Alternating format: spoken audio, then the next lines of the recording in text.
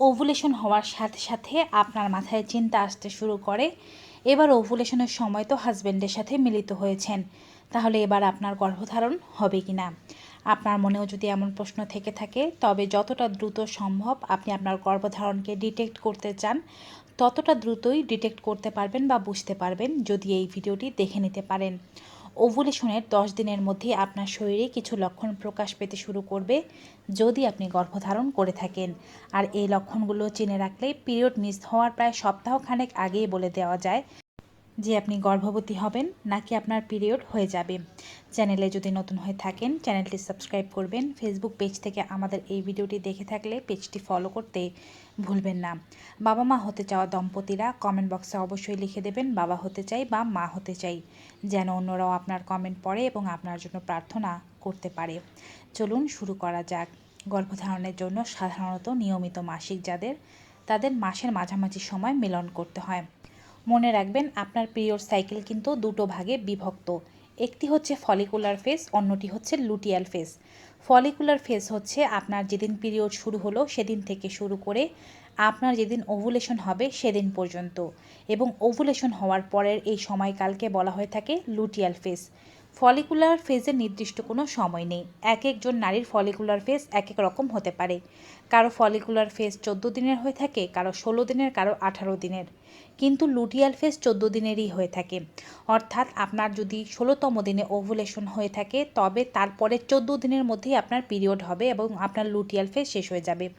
আবার আপনার follicular phase যদি 18 দিনের হয়ে থাকে, সেক্ষেত্রে 18তম দিনে আপনার ওভুলেশন হলে ওভুলেশনের 14 দিন পরই আপনার পিরিয়ড হবে।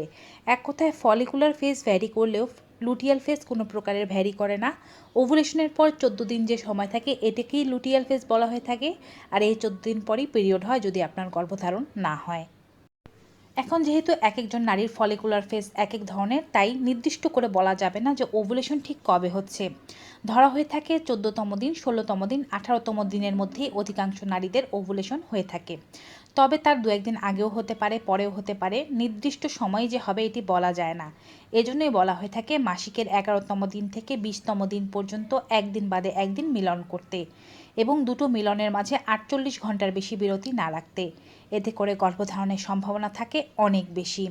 তবে আপনি যদি কোনো ফলিকুলোমেট্রি ইউজ করে থাকেন বা আপনি যদি কোনো টেস্ট কিট ইউজ করে থাকেন যে আপনার ওভুলেশন হচ্ছে কিনা এবং শিওর শর্ট রেজাল্ট পেয়ে থাকেন যে হ্যাঁ এই দিনই আপনার ওভুলেশন হতে পারে, সেক্ষেত্রে এত মিলন না করলেও চলে। আপনি আপনার ওভুলেশনের একদিন আগে মিলন করলে বা ওভুলেশনের দিনও মিলন করলে কাজ হতে পারে। কিন্তু ডক্টরেরা বলে থাকেন এবং বিভিন্নভাবে গবেষণা করে দেখা গিয়েছে যে আপনি যদি আপনার ওভুলেশনের 1 থেকে 2 দিন আগে মিলন করেন, তাতে গর্ভধারণের সম্ভাবনা সবচাইতে বেশি। কিন্তু যদি ওভুলেশনের দিন মিলন করেন, শুক্রাণুর ডিম্বাণুর কাছে পৌঁছাতে সময় লাগে অনেকক্ষণ, অনেক সময় ডিম্বাণুটি নষ্ট হয়ে যায়, গর্ভধারণ আর হয় না। তাই সবসময় চেষ্টা করবেন ওভুলেশনের একদিন আগে মিলন করতে। আর এত হিসাব কিতাব যদি রাখতে ইচ্ছে না করে, সেক্ষেত্রে মাসিকের 11তম দিন থেকে 20তম দিন পর্যন্ত একদিন বাদে একদিন নিয়মিত মিলন করতে থাকুন। চাইলে কিন্তু প্রতিদিনও মিলন করতে পারেন। এখন ওভুলেশনের পরে থাকে 14 দিন। সাধারণত ওভুলেশনের পরে গর্ভধারণ হলে 6 থেকে 12 দিনের মাথায় ইমপ্লান্ট হয়, অর্থাৎ যে ডিম্বাণুটি নিষিক্ত হয়েছে সেটি আপনার জরায়ুতে স্থাপিত হয়। এটি স্থাপিত হলেই আপনার শরীরে লক্ষণ প্রকাশ পেতে শুরু করবে। এটি স্থাপনের দিন আপনার ভেজাইনা দিয়ে একটু পরিমাণে রক্ত মিশ্রিত স্রাব আসতে পারে। তবে এটি স্রাবের সাথে মিশ্রিত হয়ে যেহেতু আসবে, এটির বর্ণ গোলাপি কিংবা বাদামি হতে পারে। সাধারণত গর্ভরোপণের 1 থেকে 2 দিন পরেও এটি হতে পারে, কারণ এটি জরায়ুর অত্যন্ত গভীর থেকে এই ব্লাডটি আসে। এটি আসতে 1 দিন পর্যন্ত সময় লাগতে পারে। আর যেহেতু সময় লাগে, স্রাবের সাথে মিশ্রিত হয়ে যায়, কালার একটু ডিসকালার হয়ে এটি কিন্তু কখনোই পিরিয়ডের রক্তের মতো চাকা চাকা রক্ত দেখা যাবে না বা লাল বর্ণের রক্ত দেখা যাবে না। হালকা ধরনের হবে, একটু ওয়াটারি টাইপের হতে পারে। 1 দিন পর্যন্ত থাকতে পারে বা 1-2 ঘন্টাও থাকতে পারে, থেকে ভালো হয়ে যাবে এবং এরপরে দেখবেন নর্মাল সাদা স্রাব আসতে শুরু করেছে। এই লক্ষণের মাধ্যমে খুব সহজে বুঝে যাওয়া যায় যে হ্যাঁ আপনি গর্ভধারণ করেছেন বলেই এমনটা হচ্ছে। এছাড়াও আপনি যদি ওভুলেশনের 3 থেকে 4 দিন পর থেকে আপনার পেটে ক্র্যাম্প অনুভব করতে থাকেন, বিশেষ করে এই ক্র্যাম্পটি আপনার নাভির 2 থেকে 3 ইঞ্চি নিচে ডান দিকে বা বাম দিকে কিংবা আপনার যে জায়গায় জরায়ুটি আছে সেখানে অনুভব হতে থাকে, জরায়ু একটু কাঁপুনি দিয়ে উঠতে থাকে কিংবা কোনো কিছু খোঁচাচ্ছে এমনটা অনুভব হতে থাকে, সেক্ষেত্রে এটি গর্ভধারণের খুব সুন্দর একটি লক্ষণ। এটি জরায়ুর মাঝ বরাবর ডান দিকে বা বাম দিকেও হতে পারে। এটি কোনো তীব্র ব্যথা হবে না, পিরিয়ডের ব্যথার মতো হবে না, পুরো পেট জুড়ে হবে না, অল্প একটু হবে, ভালো হয়ে যাবে, এভাবে থাকতে পারে। তৃতীয় লক্ষণ হিসেবে আপনার স্তনে পরিবর্তন হতে শুরু করবে।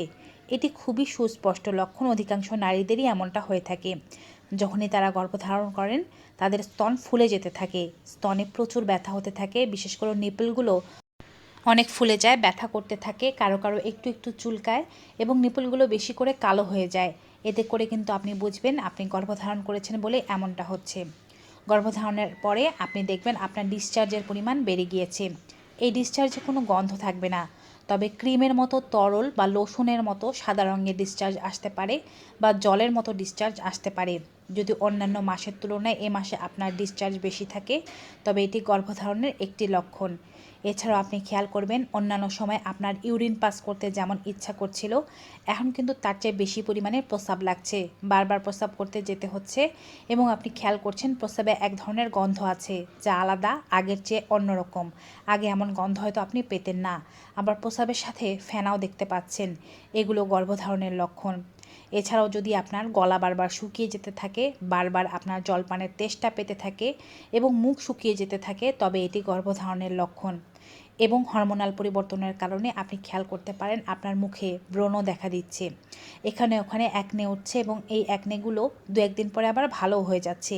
এটি গর্ভধারণের লক্ষণ। এই ধরনের লক্ষণগুলো সাধারণত গর্ভধারণের ক্ষেত্রেই হয়ে থাকে। আর যদি সাথে মাথা ঘোরানো, বমি বমি ভাব এগুলো হয় তবে বুঝবেন নিশ্চয়ই আপনি গর্ভধারণ করেছেন বলেই এমনটা হচ্ছে। আশা করছি এই লক্ষণগুলোর মাধ্যমে পিরিয়ড মিস হওয়ার আগেই গর্ভধারণকে কিভাবে ডিটেক্ট করতে হয় তা আপনারা বুঝতে পেরে গিয়েছেন। এই ভিডিওটি যদি আপনাদের কাছে ভালো লেগে থাকে তবে অবশ্যই বেশি বেশি মাত্রায় সকলের সাথে শেয়ার করে দেবেন এবং এই ভিডিওটির কটি লক্ষণ আপনাদের সাথে মিলল তা কমেন্ট বক্সে জানিয়ে যাবেন। বিদায় নেব, সবাই ভালো থাকুন, সুস্থ থাকুন, দেখা হবে নতুন ভিডিওতে। Till then good bye and take care.